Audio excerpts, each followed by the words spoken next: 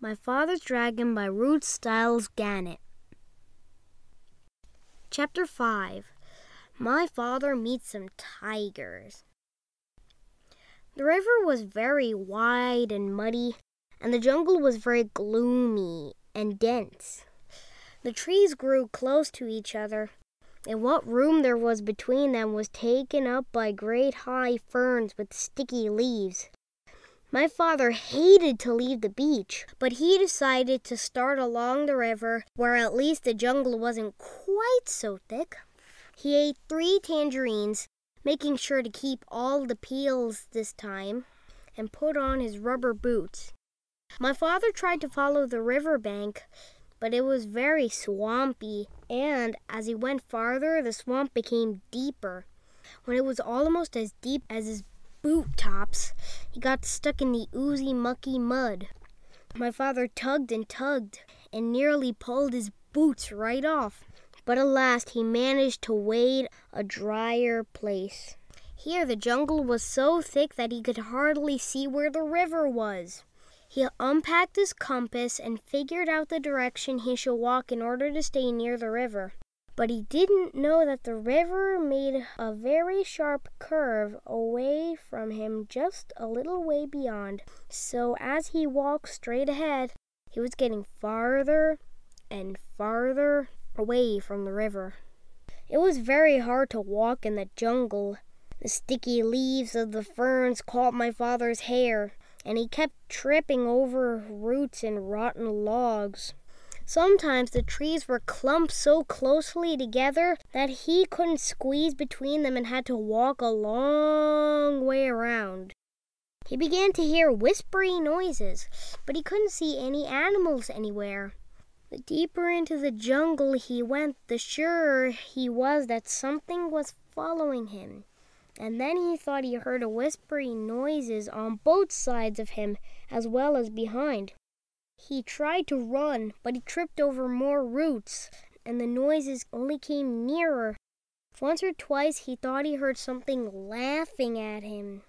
At last he came out into a clearing and ran right into the middle of it so that he could see anything that might try to attack him. He was surprised when he looked and saw 14 green eyes coming out of the jungle all around the clearing. And when the green eyes turned into 7 tigers, the tigers walked around him in a big circle, looking hungrier all the time. Then they sat down and began to talk. "I suppose you thought we didn't know you were trespassing in our jungle." Then the next tiger spoke. "I suppose you were going to say you didn't know it was our jungle. Did you know that not one explorer has ever left this island alive?" said the third tiger. My father thought of the cat and knew this wasn't true. But of course he had too much sense to say so. One doesn't contradict a hungry tiger. The tigers went on talking in turn. "You're our first little boy, you know. I'm curious to know if you're especially tender. Maybe you think we have regular meal times, but we don't. We just eat whenever we're feeling hungry," said the 5th tiger. "And we're very hungry right now. In fact, I can hardly wait," said the 6th. "I can't wait," said the 7th tiger. And then all the tigers said together in a loud roar, "Let's begin right now!" And they moved closer. My father looked at those 7 hungry tigers. Then he had an idea. He quickly opened his knapsack and took out the chewing gum.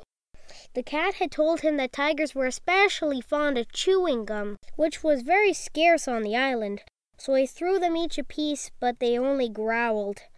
"As fond as we are of chewing gum, we'd like you even better." And they moved so close that he could feel them breathing on his face. "But this is very special chewing gum," said my father. "If you keep on chewing it long enough, it will turn green. And then if you plant it, it will grow more chewing gum. And the sooner you start chewing, the sooner you'll have more." The tiger said, "Why, you don't say. Isn't that fine?" As each one wanted to be the first to plant the chewing gum, they all unwrapped their pieces and began chewing as hard as they could. Every once in a while, one tiger would look into another's mouth and say, "Nope, it's not done yet," until finally they were all so busy looking into each other's mouths to make sure that no one was getting ahead that they forgot all about my father. End of chapter 5.